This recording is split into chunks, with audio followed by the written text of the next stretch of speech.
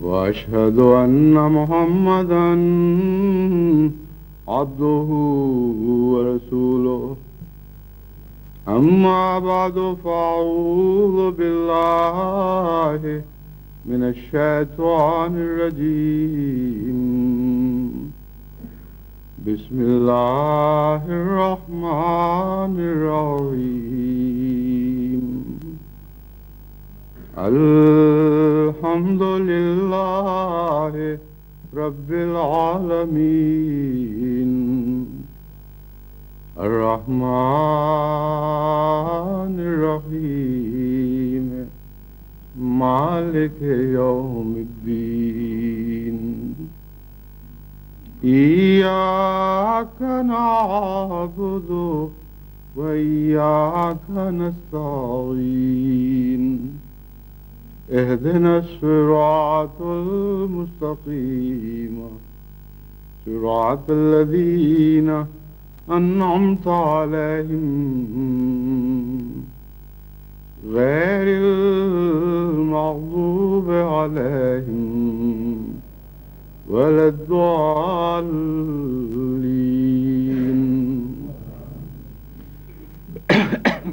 اس دفعہ جو جرمنی کے سالانہ جلسے میں شرکت کی توفیق ملی تو جہاں جماعت کی ترقی سے متعلق بہت سی خوشگوار باتیں دیکھنے میں آئیں، وہاں سب سے بڑی خوشی کی بات یہ معلوم ہوئی کہ جن احمدیوں نے بھی مشرقی یورپ سے آ کر مغربی جرمنی میں بسنے والوں سے رابطے کیے ہیں یا روسیوں سے رابطے کیے ہیں،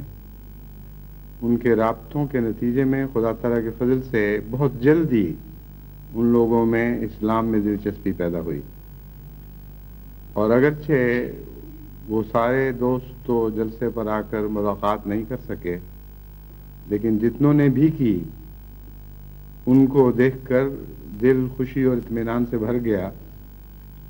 کہ بہت تیزی کے ساتھ ان میں احمدیت میں دلچسپی پیدا ہو رہی تھی، اور جہاں تک جماعت احمدیہ کے دیگر فرقوں سے اختلافی عقائد کا تعلق ہے، ان لوگوں کے لیے جماعت احمدیہ کو حق پر سمجھنا ذرا بھی مشکل نہیں۔ اس کی بڑی وجہ یہ ہے کہ اشتراکیت نے ایک لمبے عرصے سے ان کے دلوں کی پٹی صاف کی ہوئی ہے، اور اگرچہ وہ خدا سے بھی دور چلے گئے مگر ساتھ ہی لغو اور کہانیوں والے عقائد سے بھی دور چلے گئے، اور اب انہیں صرف وہی مذہب مطمئن کر سکتا ہے جو محض دل ہی کو مطمئن نہ کرے بلکہ دماغ کو مطمئن کرے، اور جب تک ان کا دماغ مطمئن نہ ہو ان کا دل مطمئن نہیں ہو سکتا۔ اس لیے جب بھی ان کو سمجھانے کی خاطر کہ جو اسلام تمہیں پیش کیا جا رہا ہے یہ تنہا تصور نہیں ہے، اور بھی اسلام کے تصور ہیں، اور ہمارے مخالفین ہمیں اس وجہ سے یہ سمجھتے ہیں، اور جو اختلافی عقائد ہیں ان میں سے چند یہ ہیں۔ جب بھی یہ بات ان سے کی گئی بے ساختہ انہوں نے کہا کہ اس میں تو کوئی کسی دلیل کی ضرورت ہی کوئی نہیں، ہم بغیر تردد کے آپ کی بات سنتے سنتے یہی سمجھ رہے تھے کہ یہی معقول اسلام ہے، اس کے سوا اسلام کی کوئی صورت نہیں ہے۔ تو اتنے عظیم الشان تغیرات خدا تعالیٰ نے احمدیت کے ذریعے اسلام کے نفوذ کے پیدا فرمائے ہیں کہ اگر ہم اس پر عملاً خدا تعالیٰ کا شکر نہ ادا کریں تو بڑی سخت بدنصیبی ہوگی۔ جرمنی میں کچھ نوجوان اور کچھ انصار خدا تعالیٰ کے فضل کے ساتھ اور بعض لجنہ اماء اللہ کی ممبرات بھی اس بارے میں دلچسپی لے رہے ہیں، اور ان سب کی کوششوں کے نتائج جیسا کہ میں نے بیان کیا ہے بہت ہی امید افزا ہیں۔ اس ضمن میں ایک اور حضرت مسلح موعود رضی اللہ تعالیٰ عنہ کا مضمون جو پرانے الفضل میں کسی ایک بہت پرانے الفضل میں شائع ہوا تھا، مجھے ہندوستان سے ایک دوست نے بھیجا ہے، وہ میں چاہتا ہوں کہ آپ کو پڑھ کر سناؤں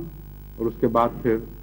اس کی روشنی میں چند باتیں آپ سے کروں گا۔ لیکن اس سے پہلے میں ایک تصحیح کرنا چاہتا ہوں۔ آپ کو یاد ہوگا گزشتہ کچھ عرصہ پہلے میں نے خطبے میں حضرت مسلم موعود کے ایک رویا کا ذکر کیا تھا کہ وہ کسی خوف کی وجہ سے جگہ چھوڑ کر کسی اور ملک میں جانے پر مجبور ہوئے ہیں، اور وہاں انہوں نے مجھے گود میں اٹھایا ہوا ہے، یہ ام طاہر کے ایک بیٹے کو، اور وہ اس میں نے نام طاہر لے دیا تھا جو حضرت مسلم موعود کی طرف منسوب کر کے، کیونکہ وہ رویا بہت پہلے سے پڑی ہوئی تھی، اس لیے خطبے کے مان بعد میں نے ربا لکھا کہ یادداشت سے بعض دفعہ غلطی ہو جاتی ہے، اس لیے آپ اصل رویا جس اخبار میں چھپی تھی اس کی عکسی تصویر مجھے بھجوائیں، تاکہ اگر کوئی غلطی سے واقعہ کے خلاف بات مذکور ہو گئی ہو تو اس کی درستی کر لی جائے۔ وہ رویا میں نے دوبارہ پڑھی تو اس میں باقی مضمون تو خدا تعالیٰ کے فضل سے بالکل رویا کے مطابق ہی تھا، یعنی یادداشت نے کوئی غلطی نہیں کی، لیکن لڑکے کا ذکر تو ہے، اس میں میرا نام نہیں، بلکہ وہ جس رنگ میں ذکر ہے وہ خاص اپنے ذات میں ایک معنی رکھتا ہے، اور اس میں بھی ایک پیشگوئی مضمر تھی۔ آپ نے یہ لکھا ہے کہ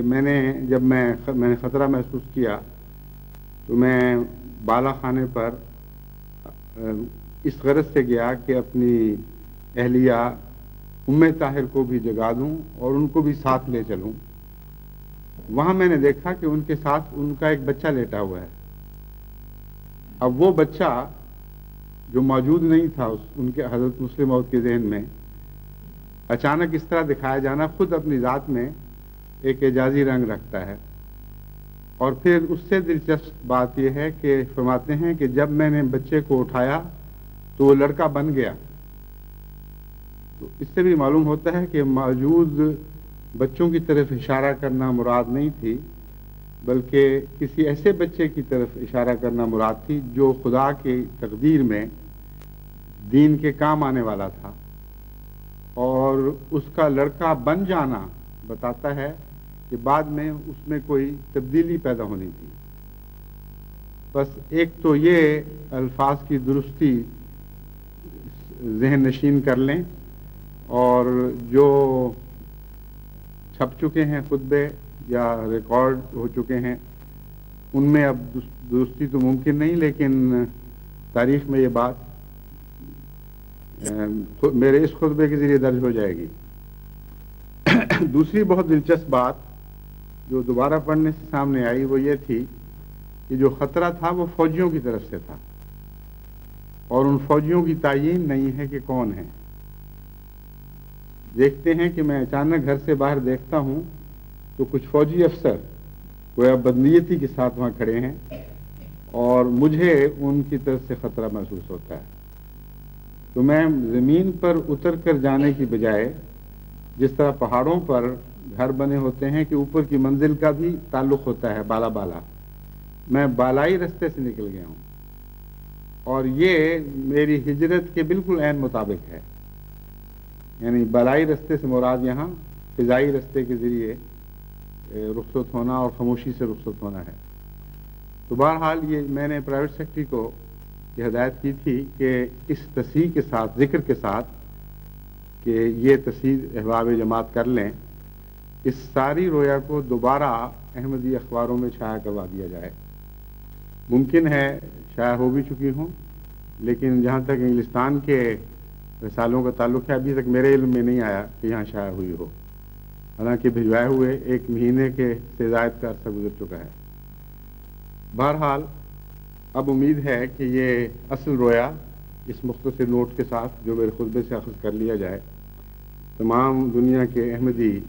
اخبارات اور رسائل میں شائع ہو جائے گی، کیونکہ اس کا بہت گہرا تعلق آج کے زمانے سے اور آج کی بدلتی ہوئی تاریخ سے ہے۔ اس لیے سب احمدیوں کو چاہیے کہ اس پر غور کریں، اور اس غور کے نتیجے میں اگر کوئی نیا نقطہ ہاتھ آئے تو اس سے بھی مجھے مطلع کریں، اور دعائیں کریں کہ اللہ تعالیٰ جماعت احمدیہ کو یہ توفیق عطا فرمائے اسی دور میں ان عظیم الشان فتوحات کی بنیادیں قائم ہو جائیں جن کے وعدے حضرت اقدس مسیح موعود علیہ الصلوۃ والسلام سے کیے گئے ہیں۔ اسی خطبے میں نے ایک روسی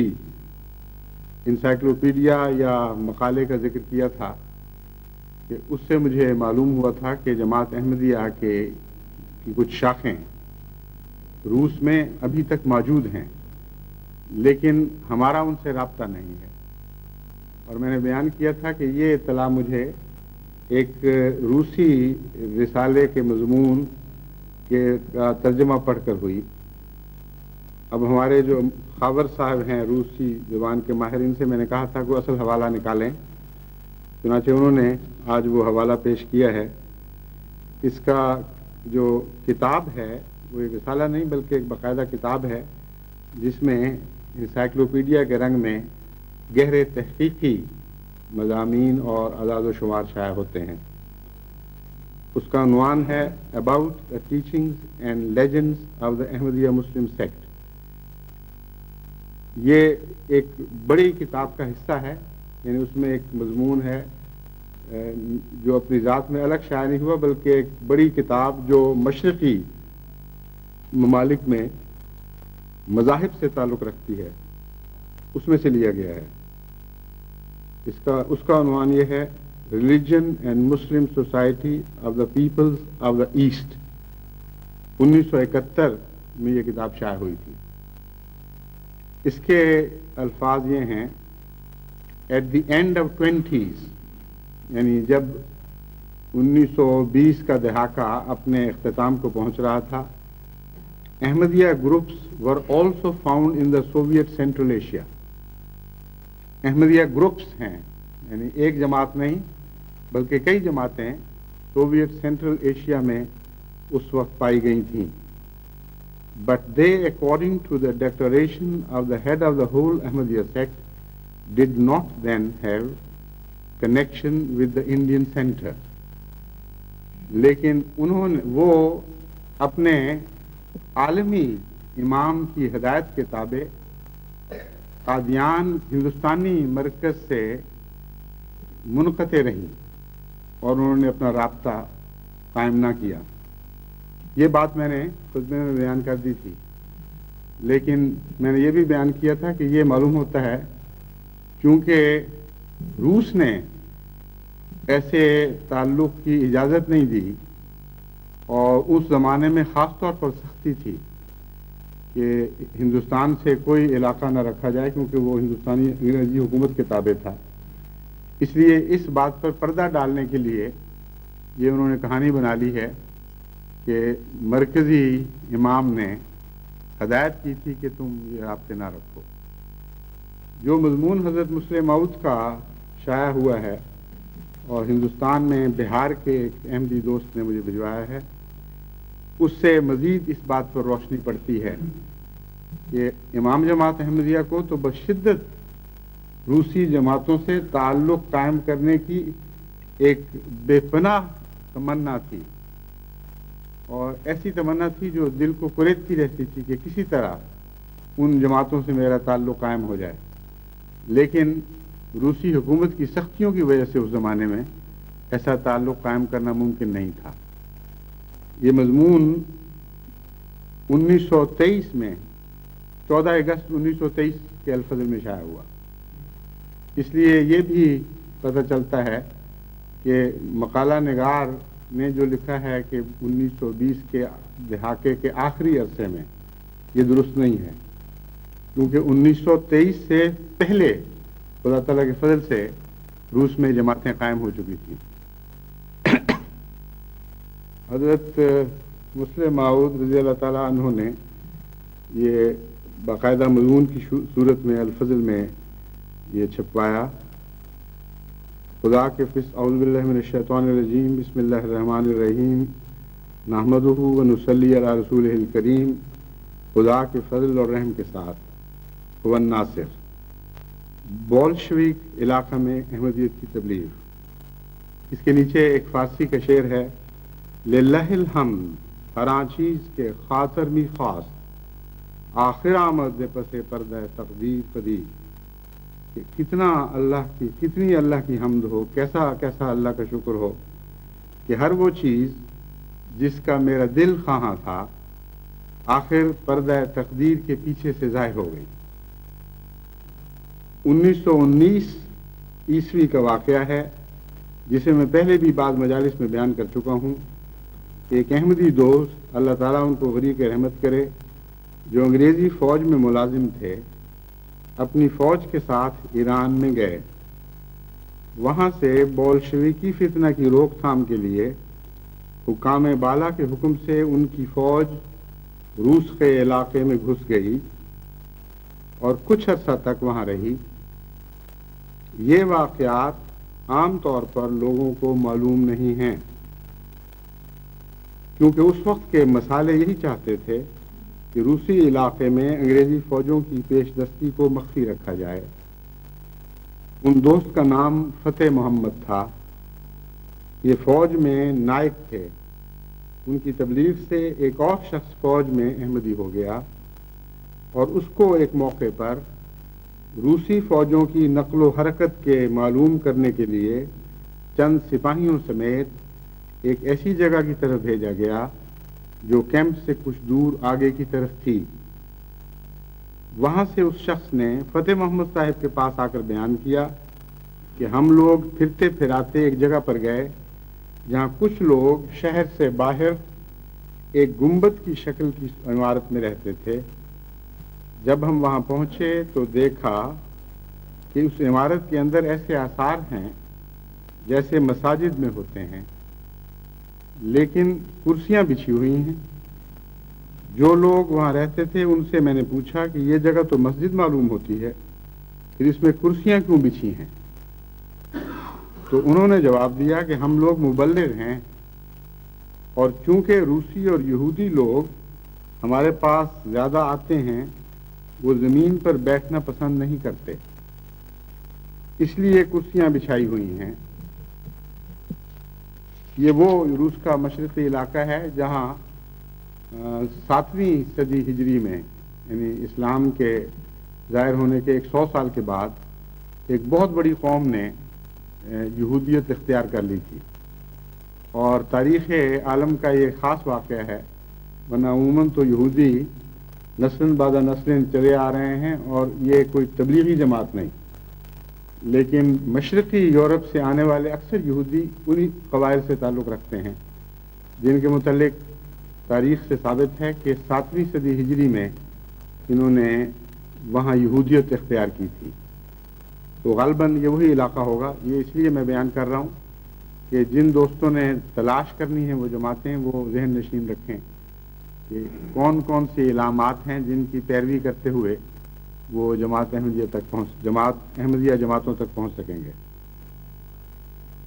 چنانچہ وہ کہتے ہیں کہ اس لیے کرسیاں بچھائی ہوئی ہیں، نماز کے وقت اٹھا دیتے ہیں. ان سے پوچھا کہ آپ لوگ کون ہیں؟ انہوں نے جواب دیا کہ ہم مسلمان ہیں. اس پر اس دوست کا بیان ہے کہ مجھے خیال ہوا کہ چونکہ یہ مذہبی آدمی ہیں میں ان کو تبلیغ کروں. چنانچہ وہ کہتے ہیں کہ میں نے ان لوگوں کو کہا کہ آپ لوگوں کا کیا خیال ہے کہ حضرت عیسیٰ علیہ السلام زندہ ہیں یا فوت ہو گئے؟ اس پر انہوں نے کہا کہ جس طرح اور انبیاء فوت ہو گئے ہیں اس طرح وہ فوت ہو گئے ہیں.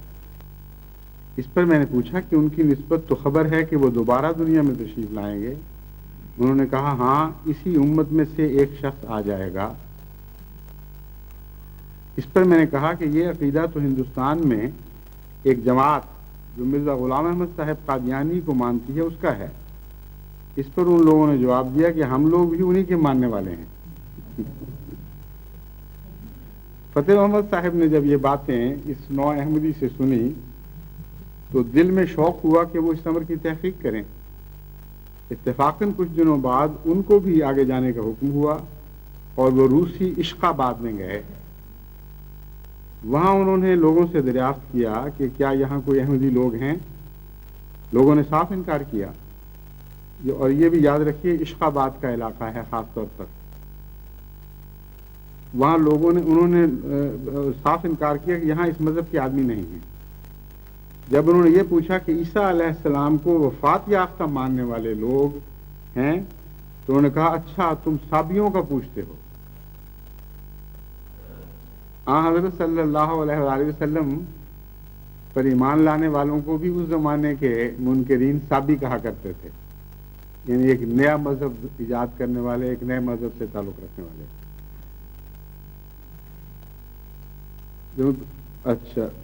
اچھا تم صابیوں کو پوچھتے ہو، وہ تو یہاں ہیں۔ چنانچہ انہوں نے ایک شخص کا پتہ دیا، وہ درزی کا کام کرتا ہے اور پاس ہی اس کی دکان ہے۔ یہ اس کے پاس گئے اور اس سے حالات دریافت کیے۔ اس نے کہا ہم مسلمان ہیں، یہ لوگ تعصب سے ہمیں صابی کہتے ہیں، جس طرح رسول کریم صلی اللہ علیہ وسلم کے دشمن ان کے ماننے والوں کو صابی کہتے تھے۔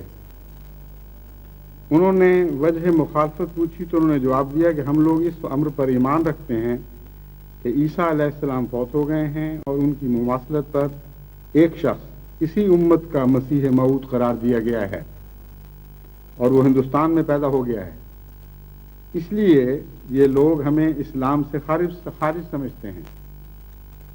شروع میں ہمیں سخت تکلیفیں دی گئیں، روسی حکومت کو ہمارے خلاف رپورٹیں دی گئیں کہ یہ باغی ہیں اور ہمارے بہت سے آدمی قید کیے گئے،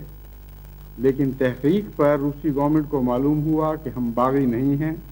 بلکہ حکومت کے وفادار ہیں، تو ہمیں چھوڑ دیا گیا۔ اب ہم تبلیغ کرتے ہیں اور کثرت سے مسیحیوں اور یہودیوں میں سے ہمارے ذریعے سے اسلام لائے ہیں۔ یہ ساری باتیں ہمارے بالکل علم میں نہیں تھیں۔ اللہ تعالیٰ اس دوست کو جزا دے جنہوں نے پرانے اخبار کھنگال کر اتنا قیمتی مضمون دوبارہ ہمارے سامنے رکھا اور اس طرح ساری جماعت کو اس بےحد ایمان افروز واقعہ کا علم ہوا کہ روس میں جو تبلیغ ہوئی ہے اس میں اللہ تعالیٰ کے فضل سے یہودیوں اور عیسائیوں کو بھی مسلمان بنایا گیا ہے، محض مسلمانوں کو احمدی نہیں بنایا گیا۔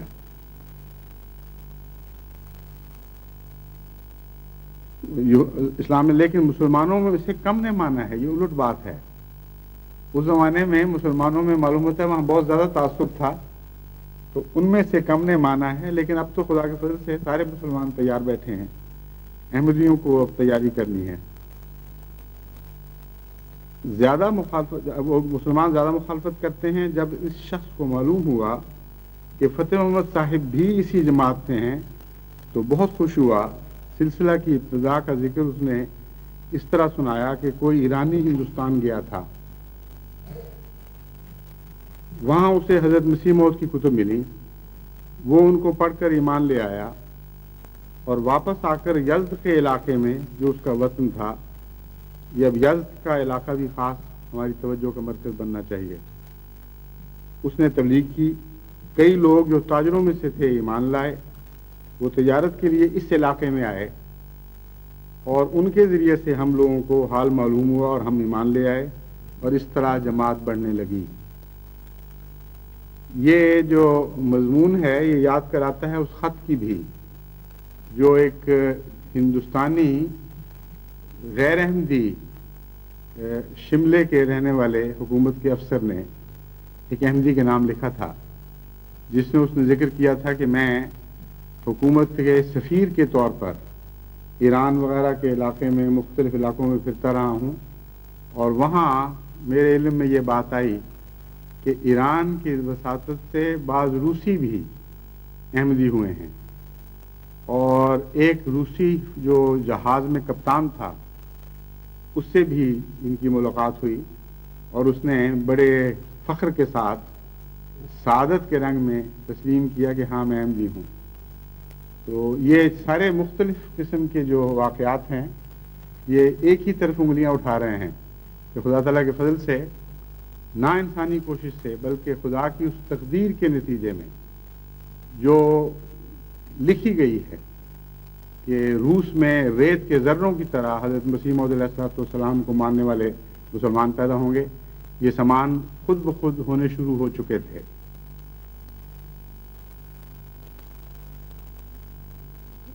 اچھا یہ حالات فتح محمد صاحب مرحوم نے لکھ کر مجھے بھیجے کیونکہ عرصہ زیادہ ہو گیا ہے اب اچھی طرح یاد نہیں رہا کہ واقعات اسی ترتیب سے ہیں یا نہیں، لیکن خلاصہ ان واقعات کا یہی ہے۔ وہ ممکن ہے کہ بوجہ مدت گزر جانے کے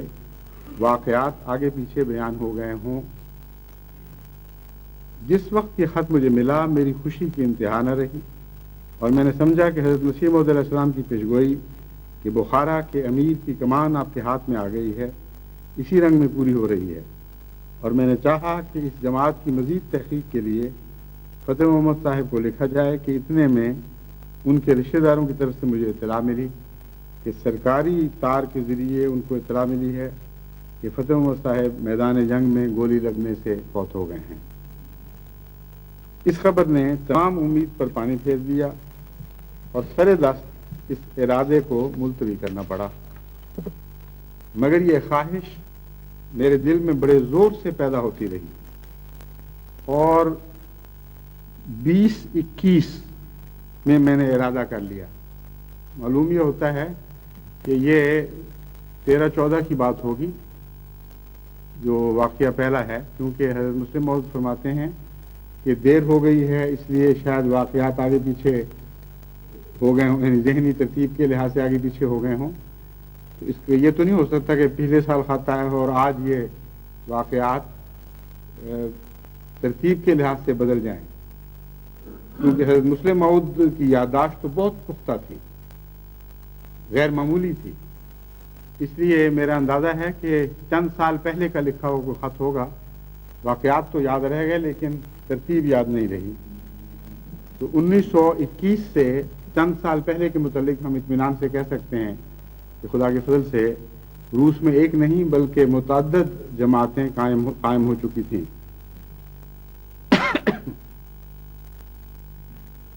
اور 21 میں نے ارادہ کر لیا کہ جس طرح بھی ہو اس علاقے کی خبر لینی چاہیے، کیونکہ انگریزی اور روسی حکومتوں میں اس وقت صلح نہیں تھی اور ایک دوسرے پر سخت بدگمانی تھی، اور پاسپورٹ کا طریق ایشیائی علاقے کے لیے تو غالباً بند ہی تھا۔ یہ دقت درمیان میں سخت تھی اور اس کا کوئی علاج نظر نہ آتا تھا، مگر میں نے فیصلہ کیا کہ جس طرح بھی ہو اس کام کو کرنا چاہیے، اور ان احباب میں سے جو زندگی وقف کر چکے ہیں، ایک دوست میاں محمد امین صاحب افغان کو میں نے اس کام کے لیے چنا۔ انگلستان کی جماعت کے لیے کی یہ خوش نصیبی ہے کہ انہی محمد امین افغان صاحب کے صاحبزادے بشیر احمد خان غالباً برمنگم میں رہتے ہیں۔ یہ اسی عظیم تاریخی انسان کے بیٹے ہیں جو اب جماعت احمدیہ انگلستان کا ایک فرد ہیں۔ چنانچہ حضرت مسلم موعود لکھتے ہیں، ایک دوست میں محمد امین صاحب افغان کو میں نے اس کام کے لیے چنا اور ان کو بلا کر سب مشکلات بتا دیں اور کہہ دیا کہ آپ نے زندگی وقف کی ہے، اگر آپ اس عہد پر قائم ہیں تو اس کام کے لیے تیار ہو جائیں، جان اور آرام ہر وقت خطرے میں ہوں گے اور ہم کسی قسم کا کوئی خرچ آپ کو نہیں دیں گے، آپ کو اپنا قوت خود کمانا ہوگا، یعنی اپنی روزگار کا خود انتظام کرنا ہوگا، کھانے پینے کا خود انتظام کرنا ہوگا۔ اس دوست نے بڑی خوشی سے ان باتوں کو قبول کیا اور اس ملک کے حالات دریافت کرنے کے لیے اور سلسلے کی تبلیغ کے لیے بلا زاد راہ فوراً نکل کھڑے ہوئے۔ کوئٹے تک تو ریل میں سفر کیا، سردی کے دن تھے اور برفانی علاقوں میں سے گزرنا پڑتا تھا، مگر سب تکالیف برداشت کر کے بلا کافی سامان کے 2 ماہ میں ایران پہنچے اور وہاں سے روس میں داخل ہونے کے لیے چل پڑے۔ آخری خط ان کا مارچ 1922 کا لکھا ہوا پہنچا تھا، اس کے بعد نہ وہ خط لکھ سکتے تھے نہ پہنچ سکتا تھا، مگر الحمدللہ کہ آج 9 اگست کو ان کا 18 جولائی کا لکھا ہوا خط ملا ہے، جس سے یہ خوشخبری معلوم ہوئی ہے کہ آخر اس ملک میں بھی احمدی جماعت تیار ہو گئی ہے اور باقاعدہ انجمن بن گئی ہے۔ اس دوست کو روسی علاقہ میں داخل ہو کر جو سنسنی خیز حالات پیش آئے وہ نہایت اختصار سے انہوں نے لکھے ہیں۔ لیکن اس اختصار میں بھی ایک صاحب بصیرت کے لیے کافی تفصیل موجود ہے، اور میں امید کرتا ہوں کہ ان کے تجربات سے دوسرے بھائی فائدہ اٹھا کر اپنے اخلاص میں ترقی کریں گے۔ جو بھائی اس زمانے میں مخاطب تھے ان کے لیے تو ممکن نہیں ہو سکا کہ وہ ان تجربات سے فائدہ اٹھا کر اخلاص میں اور نیک اعمال میں ترقی کریں۔ آج جو آپ میرے مخاطب ہیں ان میں سے جن کو بھی خدا تعالیٰ توفیق دے، اب حالات بہت زیادہ بہتر اور آسان ہو چکے ہیں اور رابطوں میں کوئی خطرہ نہیں ہے، وہ اپنے آپ کو خالصتاً اس غرض سے وقف کریں کہ اپنے خرچ پر وہ ان علاقوں میں جن کی میں نے نشاندہی کی ہے خود پہنچ کر جائزے لیں اور حضرت مسیح کے کھوئے ہوئے شیروں کو تلاش کریں، کیونکہ مسیح عیسوی کی تو بھیڑیں گمی تھیں، مسیح محمدی کے شیر گمتے ہیں اگر گمیں تو۔ اس لیے میں امید رکھتا ہوں کہ وہ دوست جو استطاعت رکھتے ہیں اور ایک ولولہ اور جوش رکھتے ہیں وہ اب روس میں تبلیغ اسلام کے لیے مستعد ہو جائیں، اور وقف عارضی کے لیے ایسے نام ملنے چاہیے جو ان جگہوں میں جا کر بڑی محنت اور کوشش سے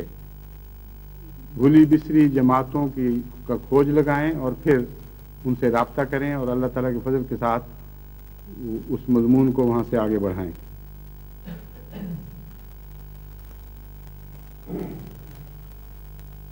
فرماتے ہیں کہ اور اسلام کے لیے ہر ایک قسم کی قربانی کے لیے تیار ہو جائیں گے کہ حقیقی کامیابی خدا کی راہ میں پناہ ہونے میں ہی ہے۔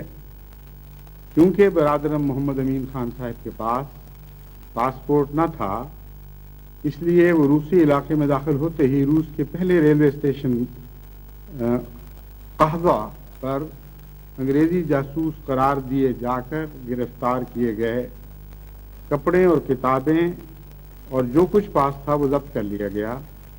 اور 1 مہینے تک آپ کو وہاں قید رکھا گیا۔ اس کے بعد آپ کو عشق آباد کے قید خانہ میں تبدیل کیا گیا۔ یہ وہی علاقہ ہے جہاں جس کا پہلے ذکر آ چکا ہے۔ وہاں سے مسلم روسی پولیس کی حراست میں آپ کو براستہ سمرقند تاشقند بھیجا گیا اور وہاں 2 ماہ تک قید رکھا گیا، اور بار بار آپ سے بیانات لیے گئے تا یہ ثابت ہو جائے کہ آپ انگریزی حکومت کے جاسوس ہیں، اور جب بیانات سے کام نہ چلا تو قسم قسم کی لالچوں اور دھمکیوں سے کام لیا گیا اور فوٹو لیے گئے تاکہ محفوظ رہے اور آئندہ گرفتاری میں آسانی ہو، اور اس کے بعد گوشتی سرحد افغانستان پر لے جایا گیا اور وہاں سے ہرات افغانستان کی طرف اخراج کا حکم دیا گیا اور وہاں سے دیا گیا، مگر چونکہ یہ مجاہد گھر سے اس امر کا عزم کر کے نکلا تھا کہ میں نے اس علاقے میں حق بھی تبلیغ کرنی ہے، اس نے واپس آنے کو اپنے لیے موت سمجھا اور روسی پولیس کی حراست سے بھاگ نکلا اور بھاگ کر بخارا جا پہنچا۔ 2 ماہ تک آپ وہاں آزاد رہے، لیکن 2 ماہ کے بعد پھر انگریزی جاسوس کی شبہ میں گرفتار کیے گئے اور 3 ماہ تک نہایت سخت اور دل کو ہلا دینے والے مظالم آپ پر کیے گئے اور قید میں رکھا گیا، اور اس کے بعد پھر روس سے نکلنے کا حکم دیا گیا اور بخارا سے مسلم روسی پولیس کی حراست میں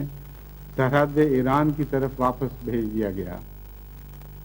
اللہ تعالیٰ اس مجاہد کی ہمت میں اور اخلاص اور تقوی میں برکت دے، کیونکہ ابھی اس کی پیاس نہ بجھی تھی، اس لیے پھر کاکان کے ریلوے اسٹیشن سے روسی مسلم پولیس کی حراست سے بھاگ نکلا۔ یہ اس طرح بار بار پولیس کی حراست سے بھاگ نکلنا یہ عجیب بات لگتی ہے، خاص طور پر اس زمانے میں بالشوک انقلاب کے بعد روس میں تو ان معاملات سے بہت سختی کی جاتی تھی۔ اس لیے یہ جو الفاظ انہوں نے لکھے ہیں روسی مسلمان پولیس، اور حضرت مسلم نے لکھا ہے کہ بعض اشارے موجود ہیں، اس سے میں سمجھتا ہوں کہ مسلمان پولیس کے ہاتھوں سے بھاگنے کا مطلب ہی یہ ہے کہ ان کو تبلیغ کی گئی ہے اور یا وہ احمدی ہو گئے ہیں یا دل احمدیت کے لیے نرم ہو گئے ہیں، ورنہ اس طرح تکرار کے ساتھ روسی پولیس کی حراست سے بھاگ نکلنا کوئی آسان بات نہیں۔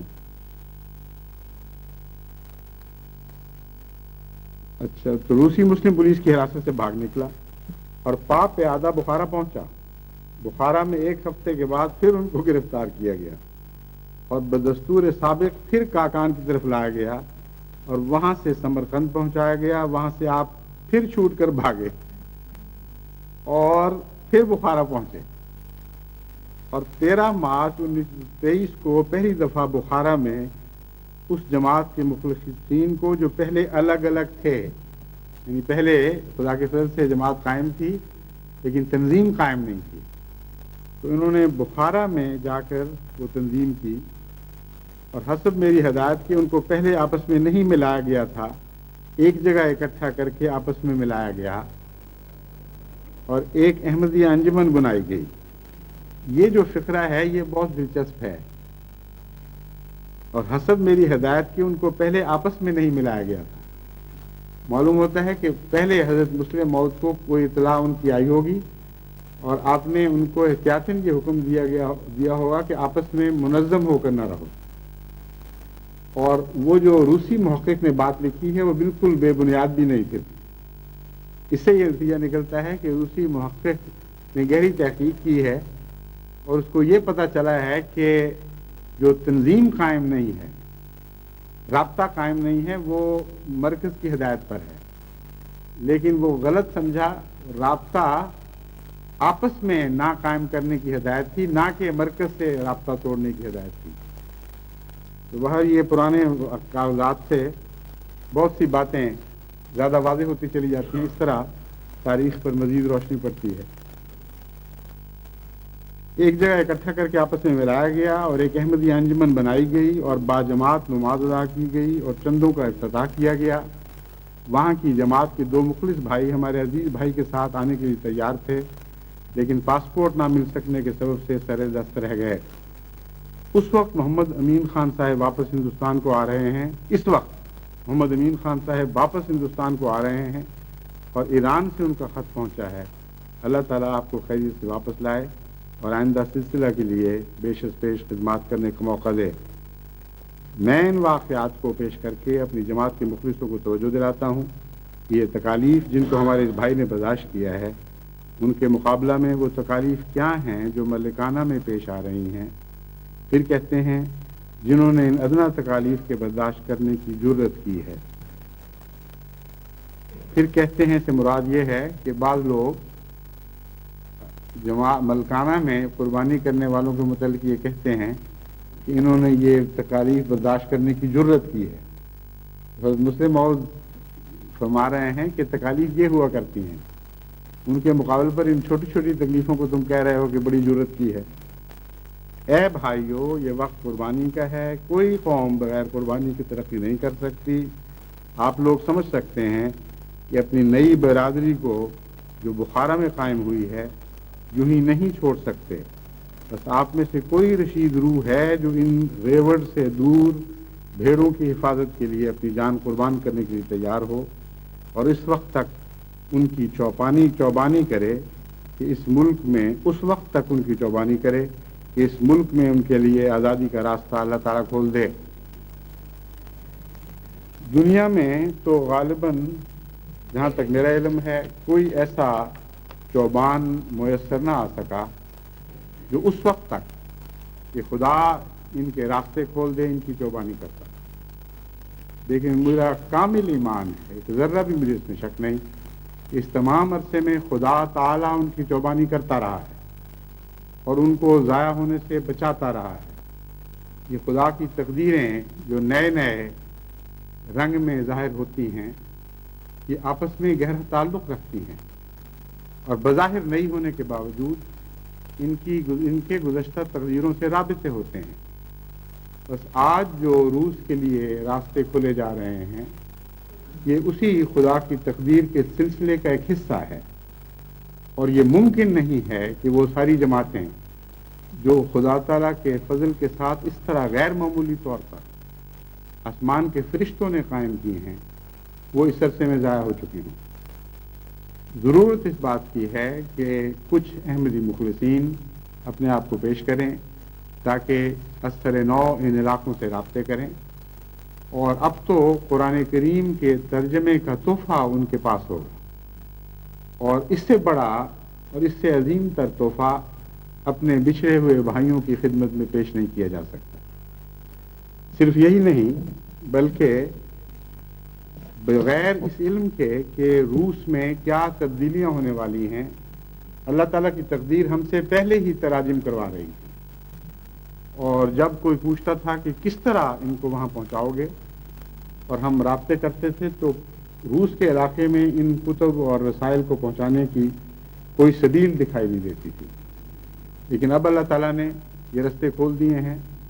اور بھی بہت سی عظیم الشان تبدیلیاں ہو رہی ہیں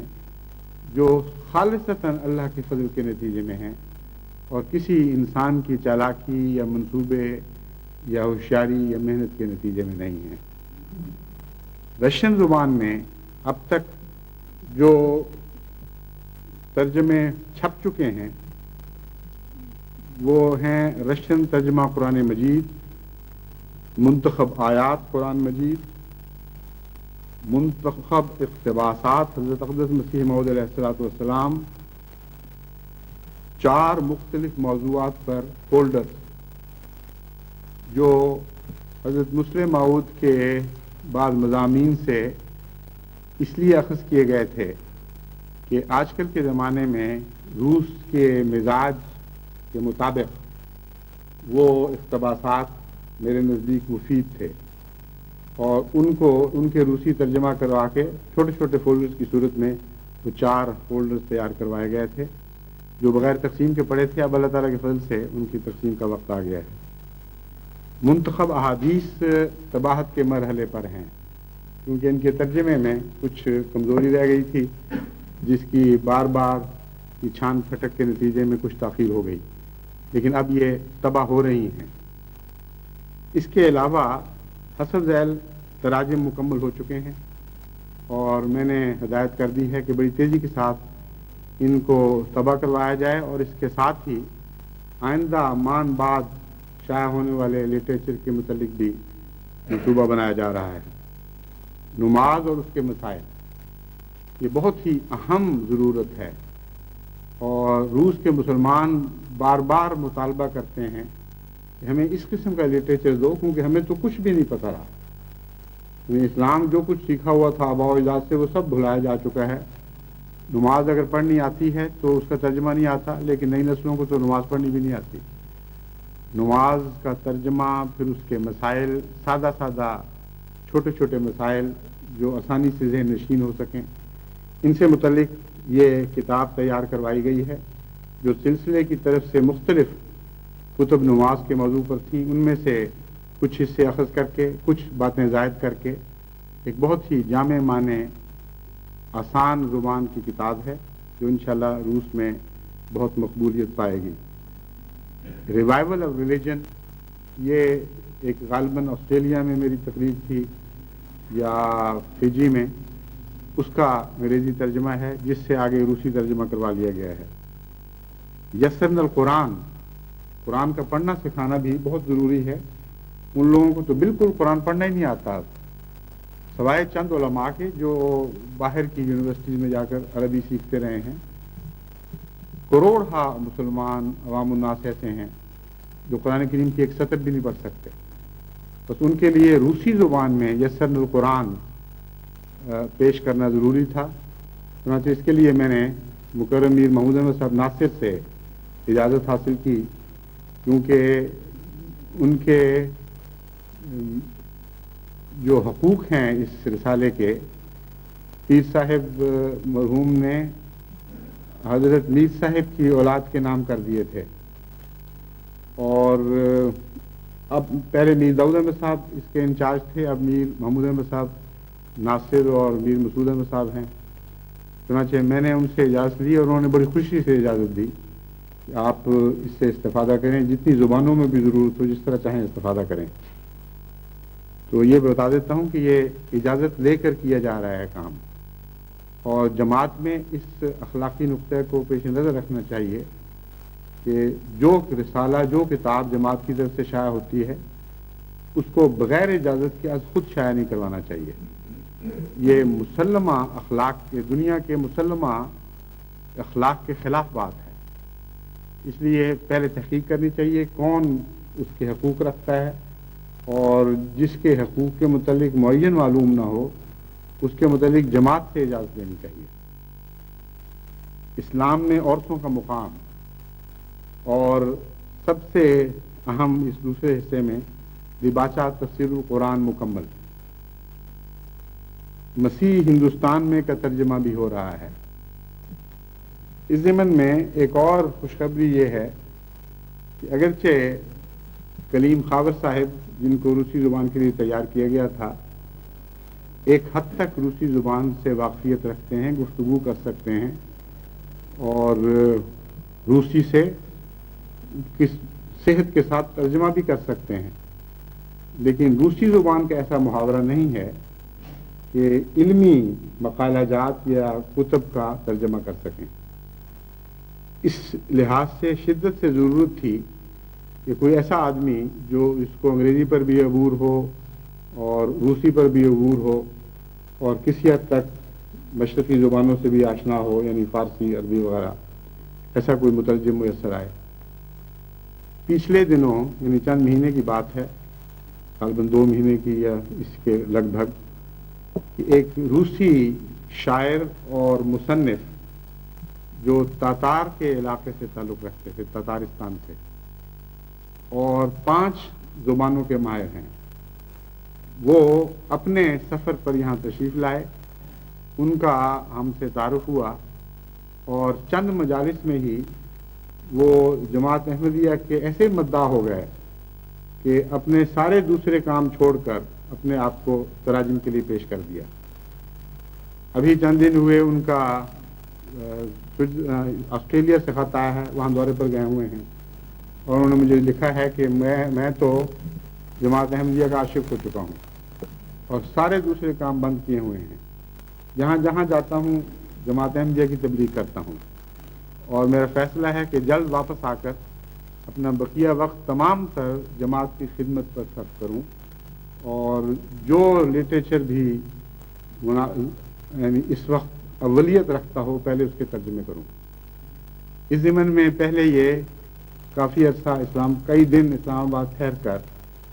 دن رات محنت کر کے دیباچہ تفسیر القرآن کے ترجمے کو دہرا چکے ہیں، اور جو حصہ اس میں سے ناقص تھا اس کی انہوں نے تصحیح کی ہے، اور جب ہم نے ماہرین کو ان کی تصحیح دکھائی تو وہ اشش کر اٹھے، انہوں نے کہا کہ نہایت اعلیٰ ترجمہ ہے، اس میں کسی اصلاح کی گنجائش نہیں۔ تو یہ وہ ماہر ہیں جو اللہ تعالیٰ نے ساتھ ہی عطا کر دیے۔ اب بتائیں انسانی کام ہے یہ بڑا، بالکل ناممکن تھا میرے لیے یا آپ کے لیے، ہم سب کے لیے، کہ از خود اسلام کی ترقی کی اس طلب کو یا اس طلب کی پیاس کو بجھا سکتے۔ پیاس بجھانے والے بھی خدا مہیا فرما رہا ہے، سارے انتظام از خود جاری ہو رہے ہیں۔ ایک دوسرے علاقے سے ایک ہاکی کی ٹیم بھی آئی تھی یہاں، روسیوں کی، ان کا بھی خدا تعالیٰ نے احمدی ہاکی ٹیم انگلستان سے رابطہ قائم کروا دیا، دوستانے ہوئے، اب ہماری ٹیم وہاں جائے گی۔ تو یہ سارے سلسلے تقدیر الہی کے سلسلے ہیں جو انفولڈ ہو رہی ہے، جس طرح گلاب کی پتیاں کھلتی ہیں اس طرح یہ پھول کھل رہے ہیں، اور زیادہ حسین اور دلکش اور زیادہ خوشبوؤں کے ساتھ یہ کھلتے ہوئے پھول انشاءاللہ تعالی روسی دنیا کو اسلام کی طرف مائل کریں گے۔ مسیح ہندوستان میں کا ترجمہ ہو رہا ہے، اور جیسا کہ میں نے بیان کیا ہے باقی تراجم بھی ہوں گے۔ اب میں مختصراً صرف یہ بتانا چاہتا ہوں کہ تمام دنیا کی جماعتیں جہاں جہاں یہ امکان موجود ہے کہ روسی قوم کے باشندے وہاں عارضی یا مستقل رہائش رکھتے ہوں، اور مشرقی یورپ کے دوست وہاں آباد ہوں یا ان کی ایمبیسیز موجود ہوں، وہ جیسا کہ میں پہلے بارہا تاکید کر چکا ہوں، اس بات کا انتظام کریں کہ کچھ نہ کچھ احمدی ان سے تعلق جوڑیں۔ مشکل یہ ہے کہ اکثر جماعتوں نے اپنے تمام احمدی دوستوں کو یہ بھی مطلع نہیں کیا کہ ہمارے پاس دوسروں کو پیش کرنے کے لیے کیا کیا لٹریچر موجود ہے، اور بارہا مجھے اس بات پر وقت خرچ کرنا پڑتا ہے، مختلف ملکوں سے مطالبہ ہوتا ہے کہ فلاں روسی سے ہمارا رابطہ ہوا، فلاں رومانین سے ہوا، فلاں پولش سے ہوا، بتائیں اس زبان میں کوئی لٹریچر موجود ہے کہ نہیں۔ اب کتنی دفعہ بتائیں، کس طرح بتائیں؟ ساری دنیا کی جماعتوں کو باقاعدہ سرکولر جاری کر کے تمام لٹریچر کے متعلق تفصیل پہنچائی گئی ہے، اور جب نیا لٹریچر شائع ہوتا ہے پہنچائی جاتی ہے۔ اگر اس پر امیر یا مبلغین بیٹھ رہے ہیں اور احباب جماعت کو مطلع نہ کریں تو وہ پھر میرا وقت خرچ کرتے ہیں۔ میرا وقت تو آپ کا ہے، لیکن جن باتوں پر خرچ کرنا ضروری نہ ہو ان پر خرچ کروانا وقت کا ضیاع ہوتا ہے۔ اس لیے سب جماعتوں کو معلوم ہونا چاہیے کہ ہمارے منصوبے کیا ہیں، کس رنگ میں تبلیغ کرنی چاہیے، اگر کوئی مدد کی ضرورت پڑے تو کس طرح حاصل کرنی ہے۔ اس کے لیے پہلے رابطے اپنے ملک میں ہونے چاہیے، اور مجھے جیسا کہ دستور ہے اور میں اس کو پسند کرتا ہوں، براہ راست صرف رپورٹ ملا کرے یہ بات ہوئی تھی اور اس پر ہم نے رابطہ کیا اور اس طرح ہماری پیاس بجھ گئی، اور اگر ضرورت پوری نہ ہو اور پیاس باقی رہے تو پھر لازم ہے کہ مجھے براہ راست اطلاع کریں تاکہ میں فوری طور پر جماعت کو متوجہ کروں۔ یہ میرا اس بات پر میں اس خطبے کو ختم کرتا ہوں کہ دو تحریکات تھیں جن کو میں خاص طور پر آپ کے سامنے رکھنا چاہتا تھا۔ ایک یہ کہ روس کے لیے واقفین زندگی کی ضرورت ہے جو امین خان صاحب مرحوم کے نقش قدم پر چلنے والے ہوں، اگرچہ اب وہ سختیاں نہیں رہیں، وہ تکلیفیں نہیں رہیں، لیکن جس حد تک بھی ان کی قربانی کا اعادہ کیا جا سکتا ہے، اپنے خرچ پر جا کر محنت اور محبت اور جستجو کے ساتھ جماعتوں کا فوج لگانا اور ان سے رابطہ کرنا اور نظام جماعت کو اثر نو زندہ کرنا، یہ کام ان کا ہوگا۔ اور اس کے علاوہ تبلیغ کے نئے راستے تلاش کریں اور لٹریچر کی تقسیم کے سلسلے میں رابطے قائم کریں، اور اپنی رپورٹوں میں ہمیں مطلع کریں کہ کس طرح فلاں فلاں علاقے میں، فلاں فلاں قوم میں کن کن لوگوں میں لٹریچر کی تفصیل ضروری ہے، اور نشاندہی کریں کہ کس قسم کا لٹریچر چاہیے۔ اور دوسرا یہ کہ جو روسی دنیا میں پھیلے پڑے ہیں اور جو مشرقی یورپ کے باشندے باہر کی دنیا میں ملتے ہیں، ان سب سے رابطے بڑھائیں، اور جماعتیں اس بات کی نگران ہوں کہ سب احمدیوں کی بر وقت صحیح رہنمائی ہو رہی ہے اور ان کی حوصلہ افزائی ہو رہی ہے، اور ان کو علم ہے کہ کس کس زبان میں ہمارے پاس کیا کیا لٹریچر موجود ہے۔ اللہ تعالی ہمیں توفیق عطا فرمائے کہ وقت کے ان تیزی سے بڑھتے ہوئے تقاضوں کو ان توقعات سے بڑھ کر پورا کریں جو توقعات ہماری جماعت سے کی جاتی ہیں۔